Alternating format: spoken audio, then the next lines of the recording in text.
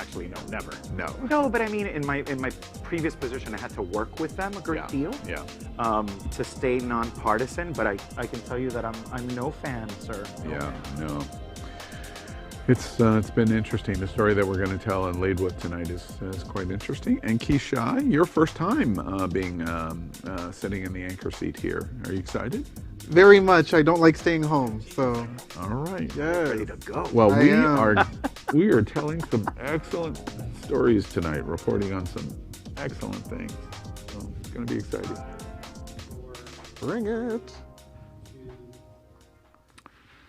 Well, welcome to Queer News Tonight, the world's first and only LGBTQ daily evening news. It's time to queer up the news. As I said, good evening, LGBTQ world. It is 7 p.m. Tuesday, January 26th, and we are literally out of the closet and into the headlines. So many of your important stories we are going to tell this evening on Queer News Tonight. The world's first live daily queer evening news show, out of the closet and into the headlines on Q News Tonight. Well, thank you for joining Queer News Tonight. This is a live, unedited LGBTQ evening news show. Whatever happens tonight, you're going to see it. This evening, we bring you the news of and a perspective representing the LGBTQ community from South Florida, America, and across our world. I'm your Queer News Tonight anchor, Al Ferguson, and tonight, let's welcome anchor Tony Lima. He is the Chief Operating Officer of Ariana Center, Trans-Latina, Florida, one of the most important trans civil rights organizations in America, and the only direct service and advocacy organization based in South Florida that is led by a trans-Latina openly living with HIV. He is also a longtime South Florida LGBTQ activist, advocate, and political operative, which typically means old. Good evening, Tony. I was waiting for that to come. Good evening, Al. It's always such a pleasure to be with you every Tuesday night, getting badgered, I guess. What can I call it this week? Yeah, I heard your sarcasm, sir. Next, let's welcome, first time sitting in our anchor seat, anchor Keisha Chad. He's a health promotion and peer navigator at Care Resource, a nonprofit organization and a federally qualified health center that provides comprehensive health and support services to address the full healthcare needs of our pediatric, adolescent, and adult populations, taking their model of excellence and expanding it to include not only those with HIV, but all of South Florida's diverse communities. He is also serving on the board as a board member at Unity Coalition, the first and only organization for the South Florida Latinx, Hispanic, and Indigenous LGBTQ community. Good evening, Keisha. Hey, good evening, Al. Good evening, Tony. Good evening, everybody watching. Happy 2021. I am happy to be here for the first time. Yeah, well, you've been with us at It's Happening Out, but this is a whole different experience. You're here for a good night, as you know, in our stories. Tonight, we begin with the queer headlines. The LGBTQ community in South Florida and across America is diverse. Our community across the world is vast, and here are the bullet points of the queer news for today, Tuesday, January 26. First, we queer up breaking Q news. Will LGBTQ community Trumpsters survive the Capitol MAGA rioters, arrests, and social media deletions? Tonight we have a special in-depth report of where LGBTQ community Trumpsters go from here. The last 4 years have seen dramatic and growing division in the LGBTQ community, not just in politics, but in division over issues of finance, trans rights, lies, and truth, and it seemed to focus on the support or opposition of Donald Trump. In the last 2 years, our news and talk show programs at Happening Out television network have dedicated hundreds of hours on these issues. We have watched the growth of log cabin Republicans, Gays for Trump, and #Walkaway. We have had anchors and hosts from those organizations to debate and explore the ideas of what LGBTQ America was watching in this growing movement in our own community. In 2019, a Washington, D.C. log cabin Republican Host at It's Happening Out, Joe Bruckman, got angry at me live on It's Happening Out and then stormed off the set. He threw his mic pack at the host, presumably at me, and hit power infinity. Watch this.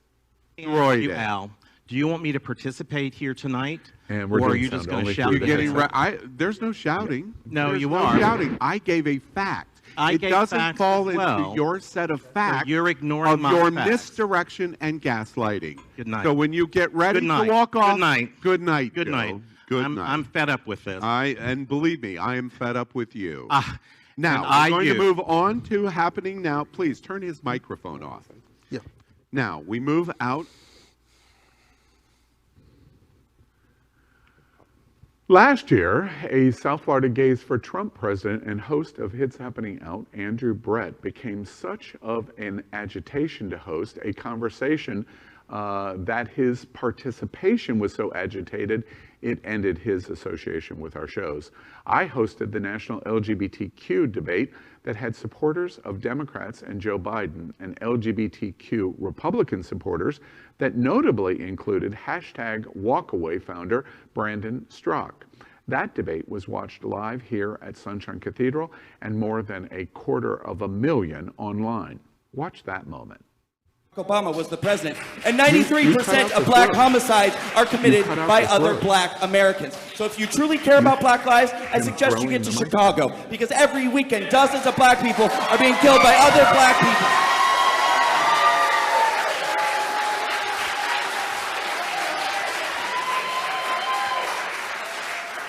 The Black Lives Matter movement is the greatest lie ever told, ever believed, and we are burning our country down for no reason whatsoever.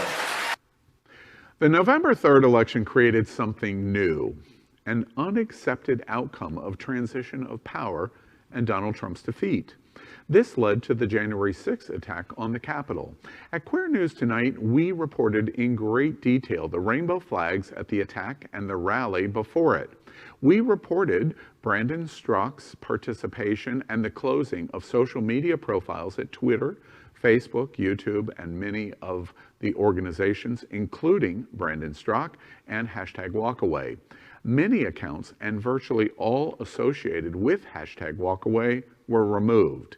In the last week, a strange set of events began in the LGBTQ community that calls into question what's next for LGBTQ Trump supporters. It begins with a text to me from Brandon Strzok and #Walkaway. What you see next and hear next is a verbatim transcript of that text. Brandon Strzok, January 14th, 2:05 p.m. Hi Al, it's Brandon Strzok. I was shown the piece you did recently attempting to link me to the violence at the Capitol. I am reaching out directly as I've had a friendly relationship with you in the past. In the piece, you stated that I spoke at the event before the Capitol. This is false. You said the event I spoke at was called Stop the Steal. This is false. Brandon Strzok, I'm politely asking you to retract these statements on your show, as I did not speak on January 6th and I was not a part of the event. Brandon Strzok, if we can't resolve this, my lawyer will be reaching out to you. Al Ferguson, Brandon, I'm happy to correct any mistake in reporting we have. I am echoing exactly what we saw from multiple outlets. Have you spoken at something else called Stop the Steal? Al Ferguson, but I'll get to the bottom at my end. Brandon Strzok, yes, I have no doubt you're echoing leftist publications. Brandon Strzok, that's no excuse for false reporting and putting me in danger. Al Ferguson, we did not do that, and you know I personally have defended your rights to speak repeatedly. Brandon Strzok, FYI, Facebook banned over a dozen people who work for me. Some of them are contractors who aren't even conservatives or Trump supporters. You may want to tell your panel that as they're smugly celebrating people being taken down. Some of these people do all their business on Facebook and now got wiped out. They don't even support my politics. This is what you are cheering on. Al Ferguson, I'm happy to give you platform to tell this story. We are at such a critical time. I think it would be good for everyone, and you already know it would be fair from my seat. Brandon Strzok, First Amendment demonstrations are still not a crime, Al. Remember how hard your side has worked to say 93% of BLM protests are peaceful. Well, we've all seen the 10,000 videos of BLM violence. So should the peaceful BLM protesters be arrested and investigated by the FBI for being connected to BLM? If your answer is no, then stop suggesting that it's okay to treat Trump supporters this way because of what dozens of people did at the Capitol, and stop linking it to me. That's way over the line. I take a moment to point out that at that moment, Brandon Strzok hints about what the FBI is doing and that they shouldn't do it for BLM because he likely knew what was coming. Al Ferguson, would you like to come on to say this? Brandon Strzok, for now, I'm going to opt to not come on. Please send a link after you air the retraction. Al Ferguson, Brandon, may I ask, did you participate in the Rally to Revival on January 5th at DC Plaza? Did you attend Stop the Steal rally on January 6th? Al Ferguson, Brandon, could you please advise? There was no answer to either of those questions. And that was our last exchange until yesterday. We have now found evidence he spoke at the protest in Washington on January 5, the day before the attack on the Capitol. Watch this.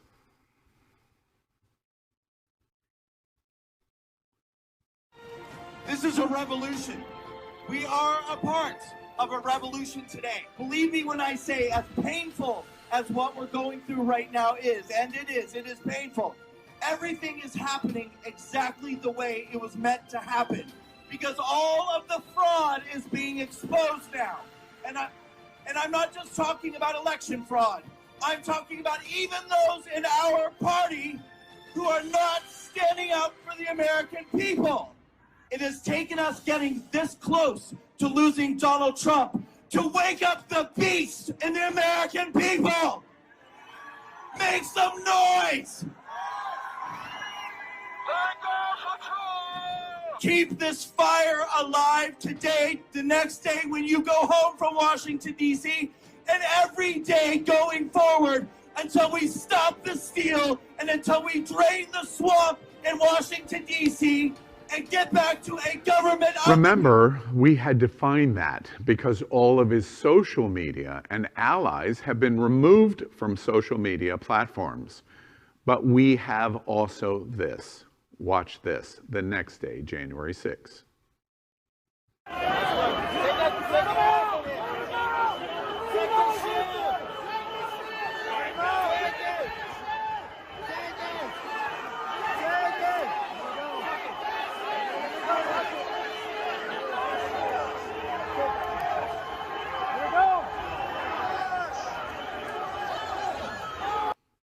So we cannot find him speaking on January 6th, so we correct other media outlets and Queer News Tonight on being able to show his speech. But in Brandon and #Walkaway's demand for retraction and no association with, quote, being a part of the event, end quote, we have found multiple examples of Brandon Strzok's participation in January 6th. So now, because this doesn't exist, watch this.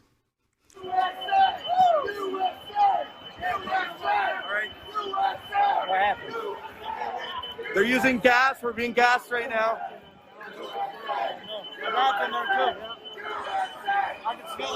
Yeah, they're pumping gas out.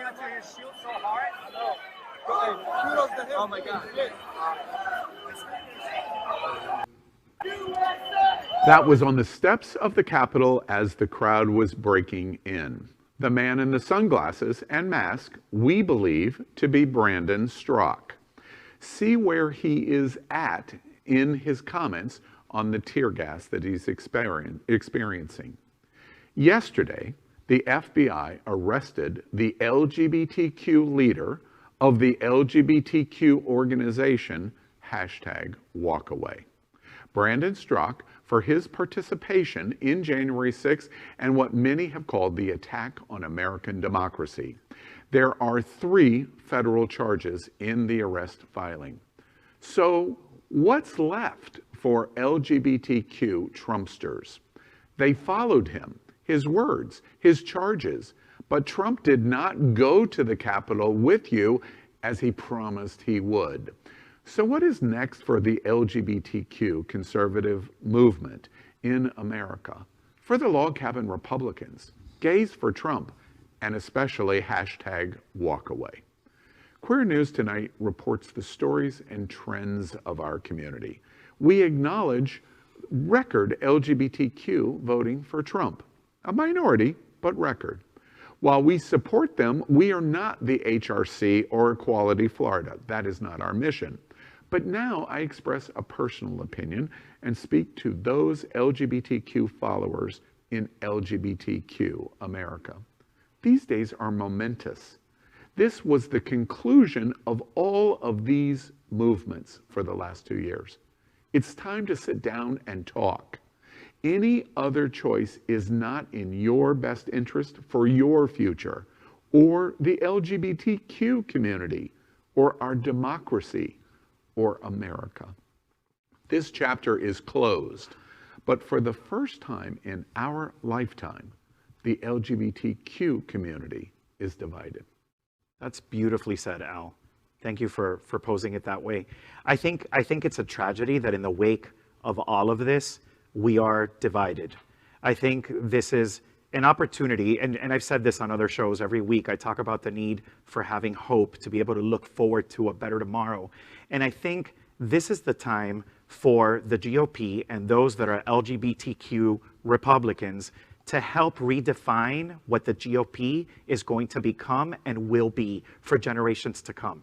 Because what it seems like with any good movement, you said movement several times, they get flushed down the toilet, right? So it's time to start over. It's time to refresh, to renew, find a new young Republican that can work on behalf of the ideals that the Republican Party was established on and move us all forward. I do see and feel a rift within the LGBT community, and it's disappointing that it's politics, because the things that people who have always rallied for the LGBT community was for everyone to coexist and be equal. And a lot of what the new GOP stands for, or what Trumpers stand for, is to dismantle that. So I have hope that we'll outgrow the way we do politics, because it's not working. And I would not mind if we were both able to mutually extend our hand across the aisle and work together. But if everyone feels that they're right, nothing will get done. Absolutely.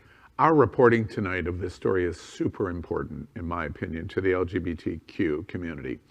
Brandon Strzok reaches out and says, retract, knowing that we probably cannot find any of the track tracing of what actually went on January 5 and January 6. We've showed it to you. The FBI provided an exclamation point, and he's going to get his day in court. I'm not even saying that the charges are valid or accurate. That will happen. Due process will take place. But for the LGBT community, the last 2 years especially are really important, because this story about #walkaway and gays for Trump and the log cabin Republicans demonstrates that the conservative LGBTQ Americans exist.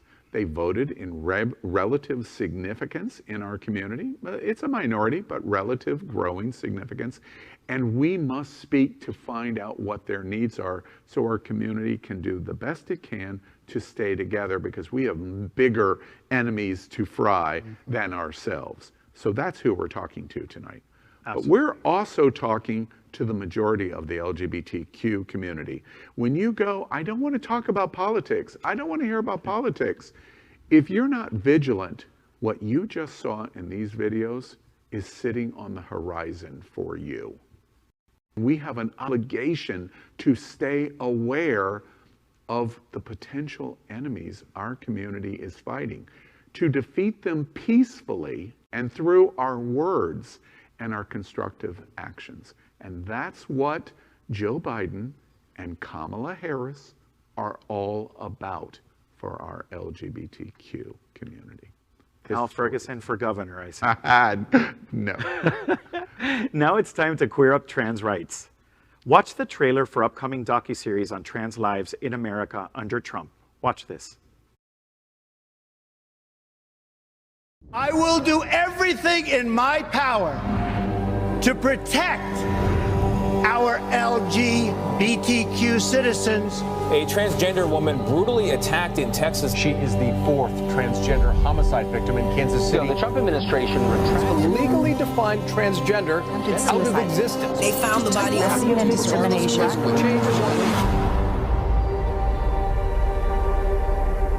You know what I am? Do you know what I am? A child of God, a child that is deserving of as much love as you. That's who I am. How does it feel to you to think about that you were once detained here at this facility? They thought I was crazy for saying that I was a trans person. I was housed with 100 men. They're males who've been detained for so long, and for them to see a female, it's...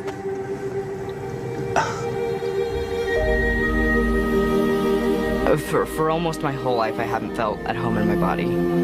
Public schools no longer required to allow transgender students to use the bathroom of their choice. I think the bathroom has always been a tool for controlling people. The president has announced on Twitter that there will be no more transgender service members in the armed forces. This particular administration has made it okay to hate again. It has affected the way people are treated.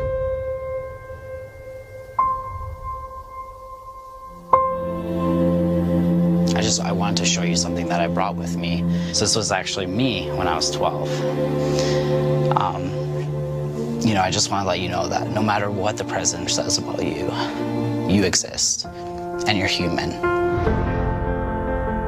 And to realize that the human being is not separate from nature, but is a part of it. If you have the support of your friends, you have the support of your family, nothing can stop you. Nothing can stop you.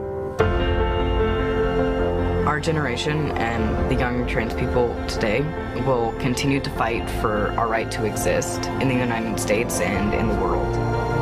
Trans people, we're not contagious, we're not no disease. Accept us, love us, we're people. If enough light shines, people will find a way.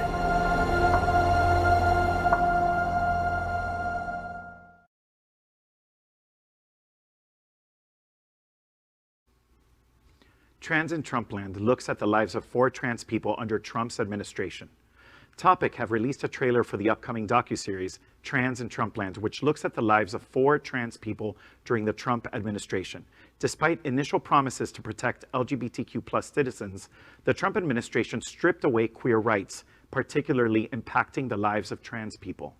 Trans people were banned from serving in the military, homeless shelters became able to refuse access, and laws allowing trans people to use the bathroom corresponding to their gender identity were rolled back. Violence against trans people also escalated, and last year a record 44 trans people were recorded to have been murdered in the country. Law enforcement would often misgender the victims in initial reports. The docuseries comes from filmmaker Tony Zerafatan. Trans in Trumpland will focus on the lives of 4 trans people in Republican states, North Carolina, Texas, Mississippi, and Idaho.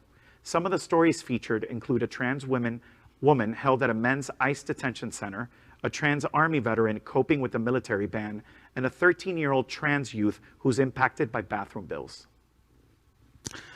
What I am actually excited about is the fact that trans people are getting more coverage that is humanizing, because all too often their experience is always talked about in such a way that doesn't center the human. It only deals with what society believes is acceptable. So we need to also hear these stories, and they need to be from many different backgrounds. I obviously love this representation. It looks great.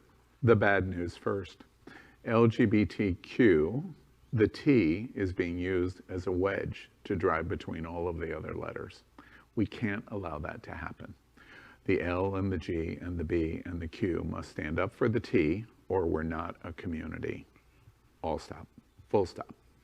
The good news is we have watched the most significant trans rights week in our history.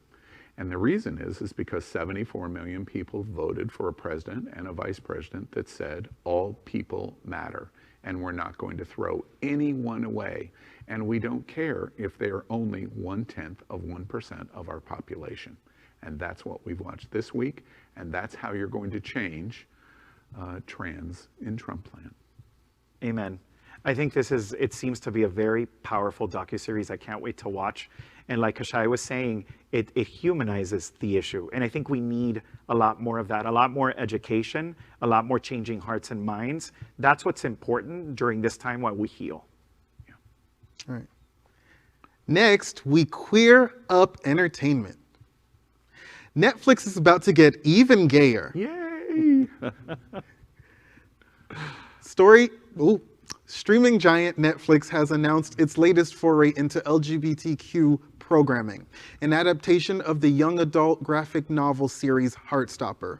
For the uninformed, Heartstopper hit bookshelves back in 2017, the brainchild of author Alice Oseman. The story follows two gay teens, Charlie and Nick, who meet in school and become fast friends. As their adventures progress, they begin to develop a deeper love for one another. Originally conceived as a webcomic, the story now spans 4 published graphic novels.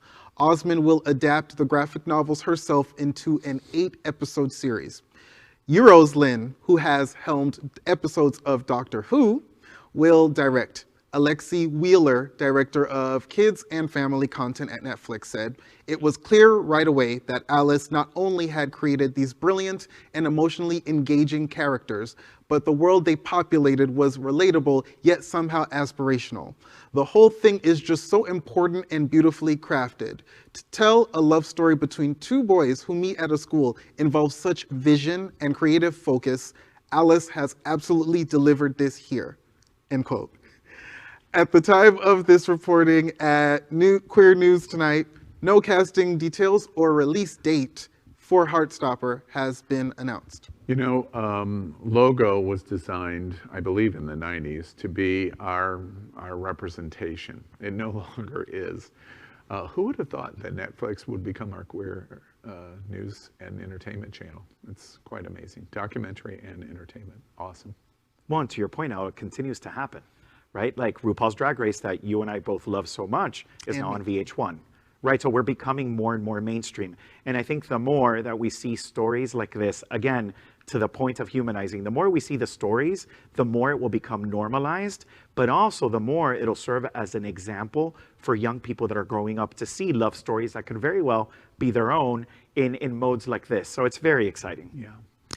I think for me, the just utter imagination that queer directors and producers and actors possess to play these different characters, to be honest, to be vulnerable. That's really what I enjoy about seeing queer representation on these streaming platforms.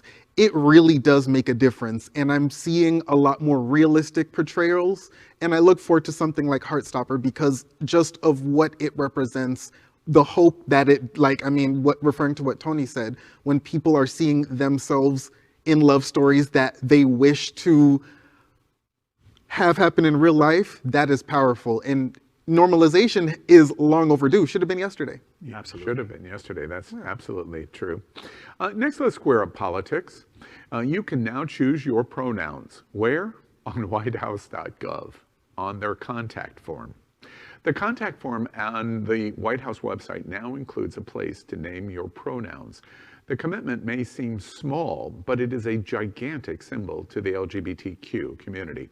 Today is the dawn of a new era, or the continuation of one after a 4-year pause that included so much trauma, pain, and misery. President Joe Biden and Vice President Kamala Harris have only been officially in office for a few days, and already we're seeing hopeful signs of better days ahead.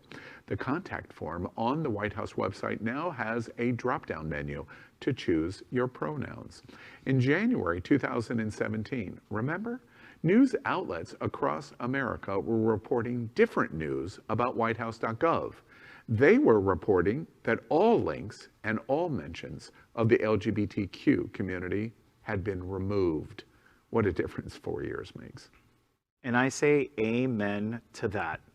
Finally, we're seeing a brighter day. We're seeing these changes happen before our lives, and it's a very exciting time.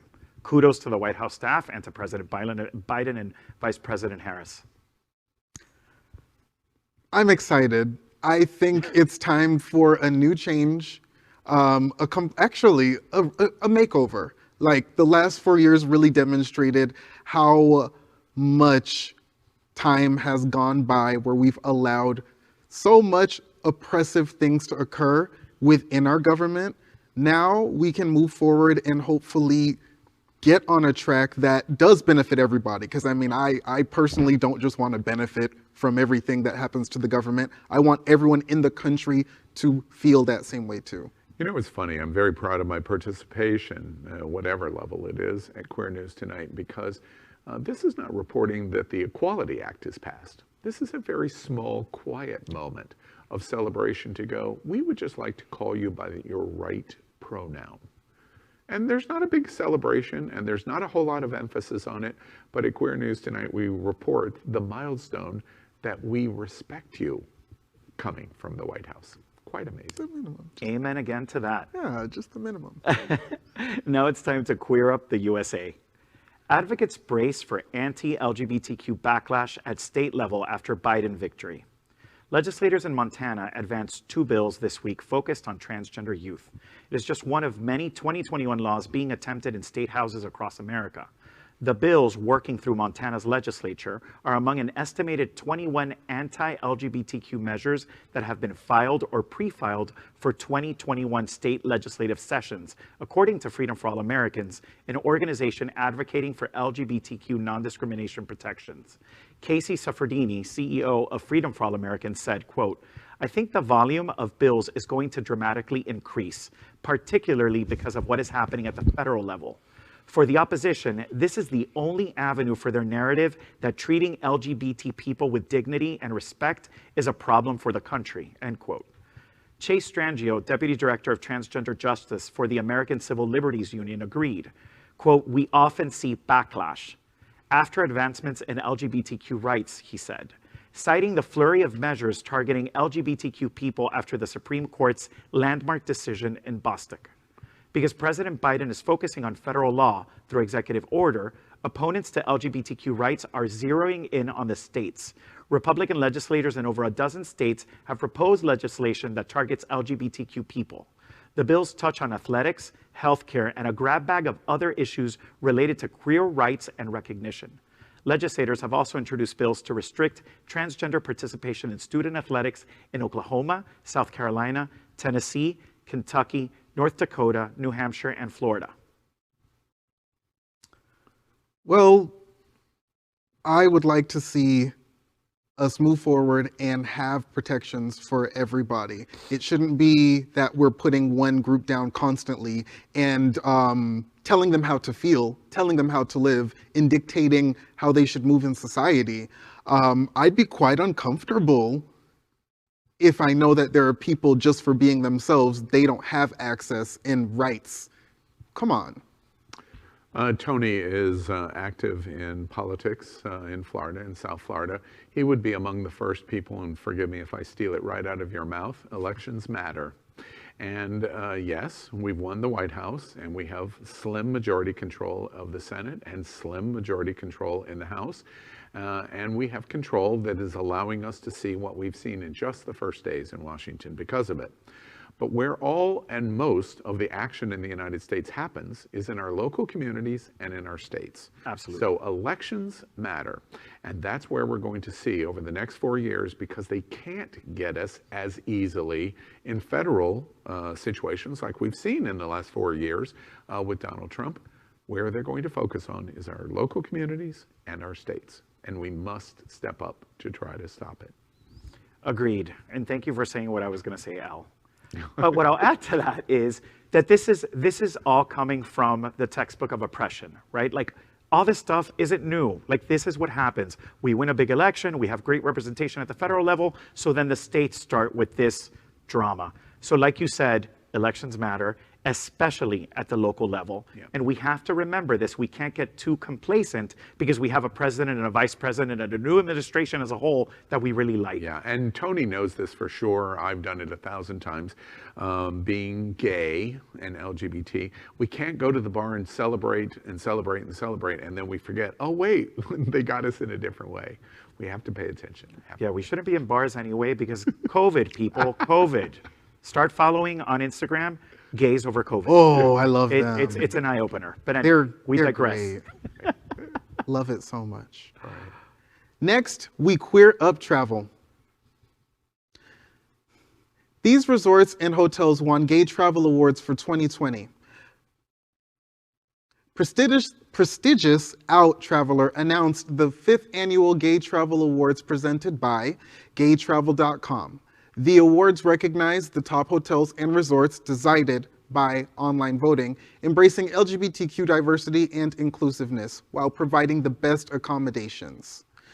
Gay Travel Steve Rorlick said, quote, "This year has been like no other.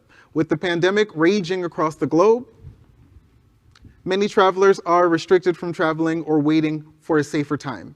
In the meantime, the Gay Travel Awards give us all a moment to focus on the industry's best as a prologue to a time when it's safer to get back out there," end quote. The award coincides Happening Out television network's launch next week, happeningout.travel, and will provide interesting news on travel for the LGBT community. The anchors will be David Hopkins and Faye What? That's right. Exciting news. Supportive of this awards platform, voted on online. Many organizations, most of them are not gay owned. A lot of people would think, oh, well, the Gay Travel Awards are gay businesses in terms of gay ownership or etc. That is not the case. It's embracing diversity philosophies in travel. And next week, Happening Out Television Network is going to launch through David Hopkins and Faye What? This new travel program for news and recommendations, etc. And good luck to both of you. I know you're going to do a great job. And congrats to us all at Happening Out Network, because that's a really substantial addition to our programming already. Yeah. And congrats to my favorite person in the world, Faye What? Yeah, I thought I was your favorite person. You are. Ooh. Sometimes when you're nice to me, Al. When you're nice to me. All right. Well, that is, you're my favorite. So. The love apparently only goes one way. That's our queer headlines for today. So let's catch up on the LGBTQ news surrounding COVID-19 with our special segment called Quarantine Quickies. Tonight, we report on the devastating effects that coronavirus is having on the American and worldwide LGBTQ community in total number of LGBTQ cases and total number of LGBTQ deaths. So let's queer up Quarantine Quickies. President Biden is more bullish now on vaccines, and he's open to 1.5 million daily shot goal. President Joe Biden appeared to boost his goal for coronavirus vaccinations in his first 100 days in office, suggesting the nation could soon be injecting 1.5 million instead of 1 million shots on an average per day basis. Biden signaled on Monday his increased bullishness on the pace of vaccinations after signing an executive order to boost government purchases from U.S. manufacturers. It was among a flurry of moves by Biden during the first full week to show he's taking swift action to heal an ailing economy, and talks with Congress over a $1.9 trillion relief package showed few signs of progress. Biden reiterated that he believes the country is in a precarious spot and that relief is urgently needed. Well, that's our COVID-19 news for tonight, and next we report that Happening Out Television Network helps support our LGBTQ community directly. An example is Sunshine Cathedral, the world's largest queer church here in Fort Lauderdale. We are broadcasting from our permanent set in supporting that partnership. The network broadcasts the largest LGBTQ religious broadcast in the entire world, with more than 30,000 watching every Sunday at 10:30 a.m. Eastern, and it's totally live. We encourage you to tune in, Our campaign of sponsorship proudly supports Sunshine Cathedral is my queer church. Watch this.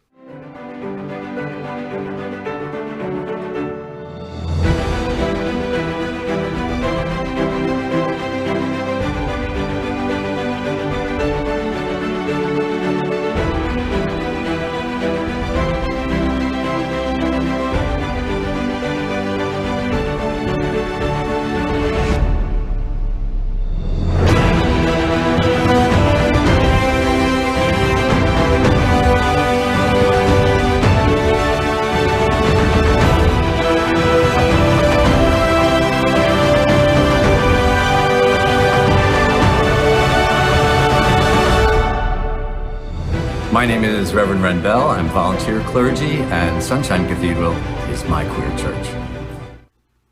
We'd also like to thank our set designer, Concepto Modern Living, here in Fort Lauderdale, for making the set in this amazing queer church campus possible. Finally, we thank Queer News Tonight's hotel sponsor, Best Western I-95 Fort Lauderdale. This is the closest and best choice to the famous Wilton Drive, and our hosts and guests stay at this LGBTQ ally partner. We encourage you to stay here when visiting South Florida. Now we welcome you to Q's Q&A on LGBTQ health and pandemic. For nearly a year, this segment has been unique in America, answering your LGBTQ community questions about our unique health needs. We are proud to have Queer News Tonight health anchor, Dr. Howard Grossman. He is an American pioneer in HIV/AIDS medical treatment and was the executive director of the American Academy of HIV Medicine. He is a nationally recognized medical expert and proud member of our LGBTQ community. Good evening, Dr. Grossman. Good evening. Well, before we move into the week's viewer questions, Dr. Grossman, we wanted to ask you your thoughts about this week's health news for our community. Well, I would say that there is some sad news this week that, and I always hate to start with sad news, but we lost a true pioneer in the HIV movement this week, Dr. Joseph Sonnabend, who was one of the first doctors to care for people living with HIV and one of the founders of what later became AMFAR, that he founded with Matilda Krim in New York, and he passed away at the age of 88 in London this week. And it's a real loss. Joe was a remarkable, difficult, brilliant, wonderful teacher, and really cared for his patients. He was a real example of what doctors could be. You know, my experience is when you're the most difficult person in the room, you're also probably one of the most competent people in the room. So that's exactly. He was the person really who was responsible for safe sex information and, you know, really helping to stimulate a lot of people in the activist movement. Yeah. Dr. Grossman, before we move into the questions, it wasn't asked because it's such a breaking issue. It was even asked of the White House press secretary today. What are your first initial thoughts in relation to some of the new strains that are developing about this double mask conversation that is starting to appear? What's your first thoughts about it, wearing two masks? You know, my first thought, Al, is that really two masks in many situations, I think, is overkill. I think the problem is people haven't used the right mask. I still have patients coming in, and I see them every day on the street wearing those balaclavas, you know, pull-up masks, the gaiters that are worthless, basically. I mean, they're minimally effective, but still allow transmission and allow people to get and receive the virus. If you know, at this point, it seems there are lots of N95 masks available for people. You can buy them on Amazon. There are several different kinds, and they are available to the public. The best ones, of course, are being reserved for hospitals where people are in direct contact with people who are infected. But I think if people would wear a better mask, I think that would help. Okay, good, excellent. You know, if you're going to wear a cloth mask, then maybe a surgical mask underneath does give you the extra benefit. Yeah, okay. All right, let's jump right into our questions for tonight. We're going to begin with Tony. Question number 1. Do you have advice for dealing with anti-maskers in public spaces in my family? Lots of Karens in your family, huh? Yeah. Well.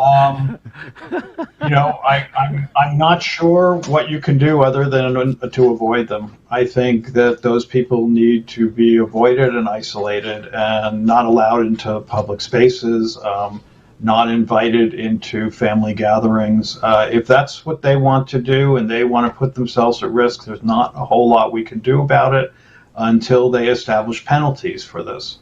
But I think it's really not worth tearing your family apart, except to say, if that's who you are, I'm not participating.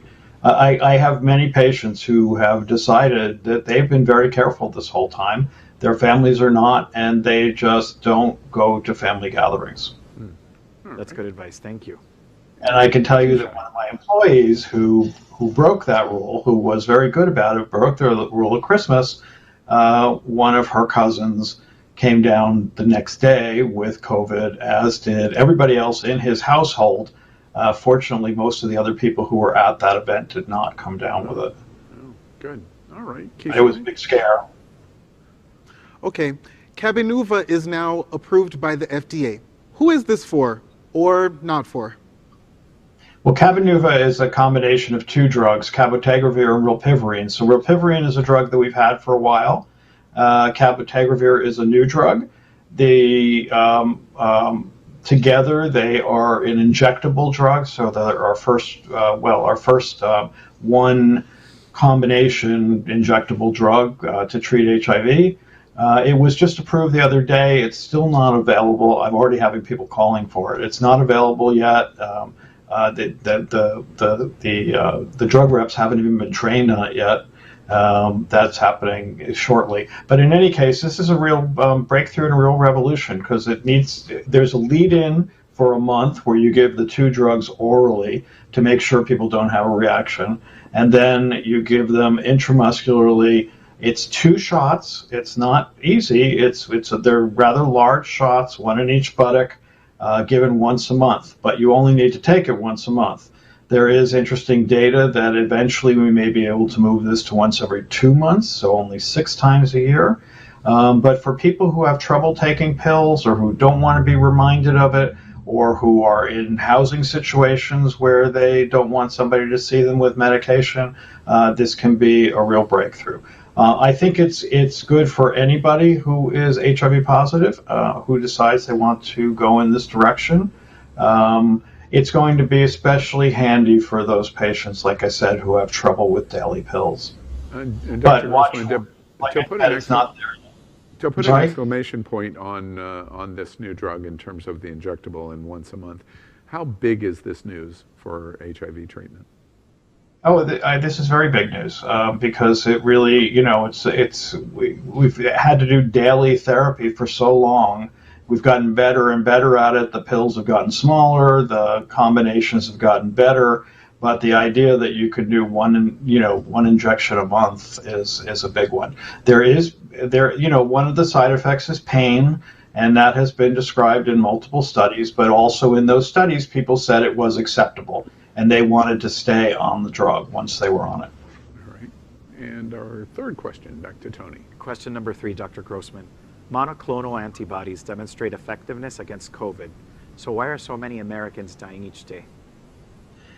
So monoclonal antibodies work for people who are sick but not hospitalized. So that's one thing to realize, is that if people are really serious, the monoclonal antibodies are not indicated for treatment in those people.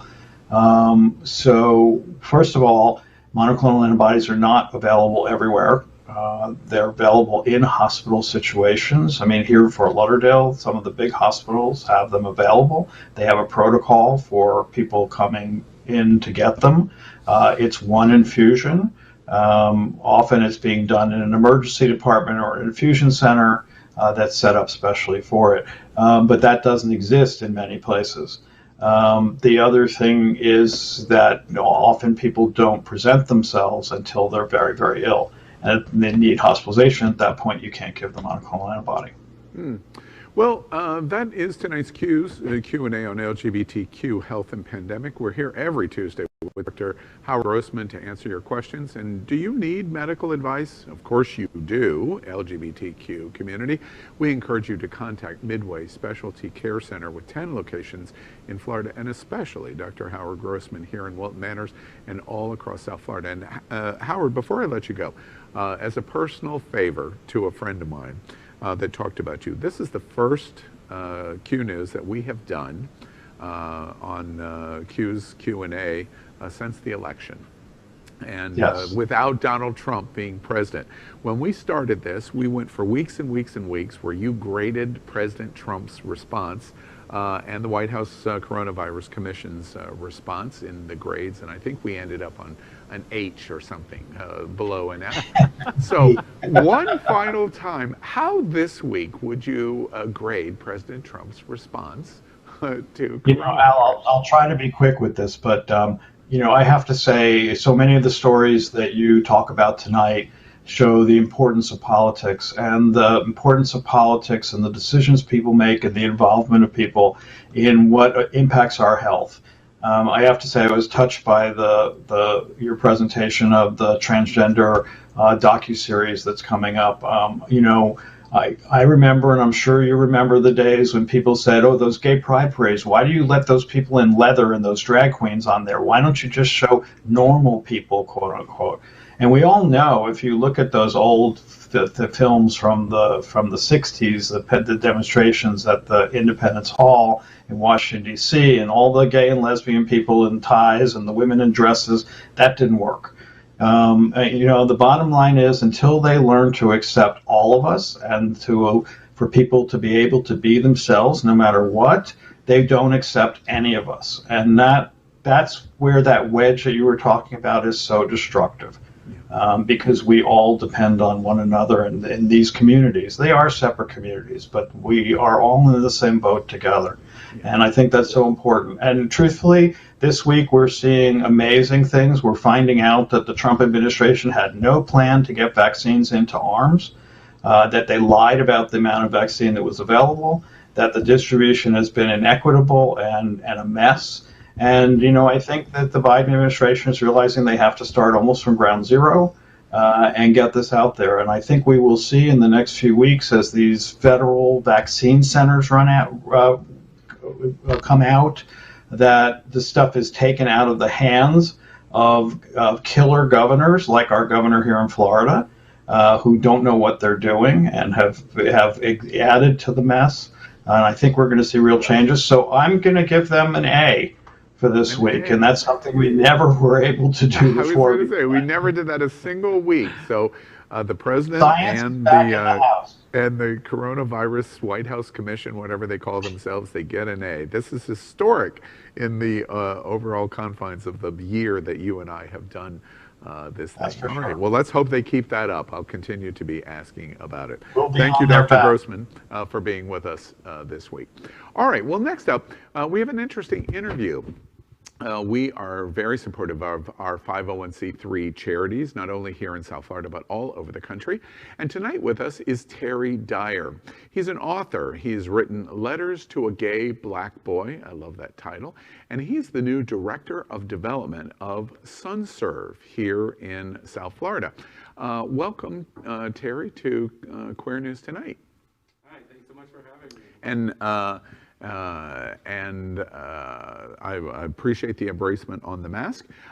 Terry, tell us about your new role at SunServe. Tell us a little bit about what SunServe does and your role.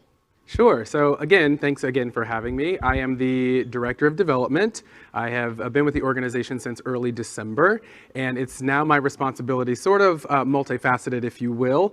I am the money guy. I am here to, go out and meet with our large donors. Florida AIDS Walk is coming up, and that is our largest fundraiser year after year. So we are definitely pounding the pavement to raise funds for that.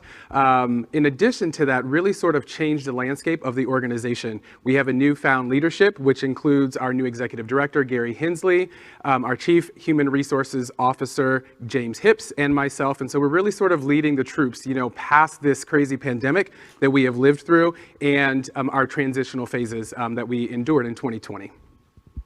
The AIDS Walk that is coming up this spring, will they continue with the match? I understand your fundraising efforts are incentivized at the AIDS Walk because you get buy one, get one free. I love that, buy one, get one free. Yes, they are absolutely incentivized. So every dollar that we raise this year is matched dollar for dollar. So if we raise, example, $100,000, we receive a check from AHF, AIDS Healthcare Foundation, for $200,000. So again, it's incredibly important that we, raise as much funds as possible. I can imagine while you're new, you finish pandemic year. 2020 goes down as pandemic year, and also Trump year.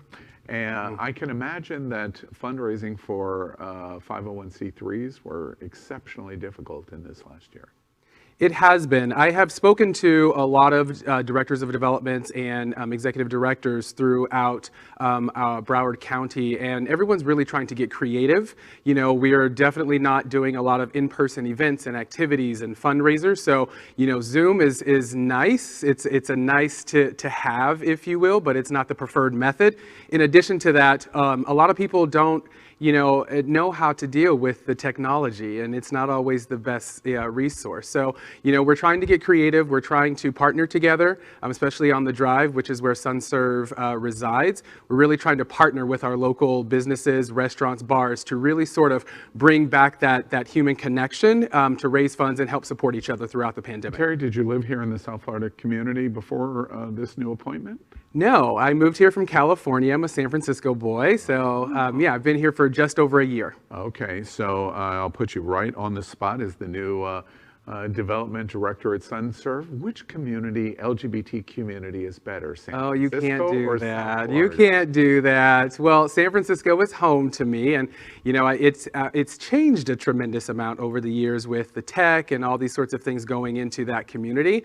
It's losing a lot of its essence. So I'm excited to be here and bring my own essence from the West Coast into this community. We're looking for a very bright LGBT person of color to run for governor or U.S. Senate in 2022, and I think we might have found our guy in his capabilities of the politics of answering.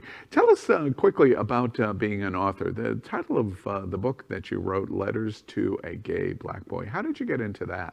So I set to write about 5 years ago, and really I had just endured my last knee surgery. So I've had 3 over the last several years, former college athlete. And so after that surgery, I reached a point of depression, which many of the LGBTQ folks do throughout their lifetime, and realized I was in a state alone. And so I started to write. And next thing I knew, all those journal entries, if you will, became something. They became a voice. They became a testimony. And then, when the pandemic hit, I was living here, not without the company that relocated me here last year. And I said, you started this project all that time ago. Let's see how far we get in terms of completion. Next thing I knew, I had a book. And what year did you write this? I started in 2015 and finished in May of this past year, 2020. Excellent. And if you were going to zero in on one thing that you wrote to the gay black boy, what would it have been? The title doesn't necessarily grasp that the book is for everyone. So regardless of your race, your ethnicity, etc., the book really does, spark conversations that are needed in our community around racial injustices, equality, mental disease, and the things that we sort of struggle with throughout our lives, to really call attention to them and say, it's okay to acknowledge it and that we all go through it. We just have to communicate and raise your hand and say, we need help. Excellent. Well, Terry Dyer, it's a pleasure to have you here on Queer News tonight. I have to tell you, we're very passionate in our support of 501c3s and their mission, especially in the harm that COVID and Donald Trump has done to the LGBTQ community in the last year. So you have our pledge that you ask and we will do. And I was contractually required to say that to you, Terry, because Misty Eyes has anchored many of our shows and is the director of women and trans services at SunServe. I will get a phone call 62 seconds after our interview if I didn't say that, but it's heartfelt and meant. you make sure you come back and let us help you in promoting SunServe's mission. And welcome to our community here in South Florida. Thank you. Greatly appreciate it. Misty's our girl. A pleasure. Absolutely. A pleasure meeting you. And Tony, you're going to finish up the show. Yeah, so that's today's news for the LGBTQ community on the world's first and only daily LGBTQ evening news show. Is our community important to you? Then help us by liking and subscribing, ring the bell for updates, share this news. We are the only television live video news that is out of the closet and into the headlines. We need your support. And I'm your anchor, Al Ferguson, and on behalf of anchors, and guys, you did a great job tonight. This has been a super important show for the LGBT community. On behalf of Tony Lima, and first time sitting in is Keishai Chad. Keishai, you did great. Thank you. Can I say one word before we go? Of course. I would love... it. Oh, you got me there. I would love for everybody to go to careresource.org/home testing. If they need an at-home HIV test delivered to them, we can make it happen. Also, go to unitycoalition.org for trans art, which is happening this week until the 30th. That's all. Good night. I love the fact, look at all of the different diversity of organizations, the diversity of the faces that you're seeing in front of you. I love the embracement of the diversity that we're talking about. And isn't that a reflection of our entire first week of the new president and vice president of the United States? Go team. We will see you daily and tomorrow night at 7 p.m. Good night, America. We did it, Joe.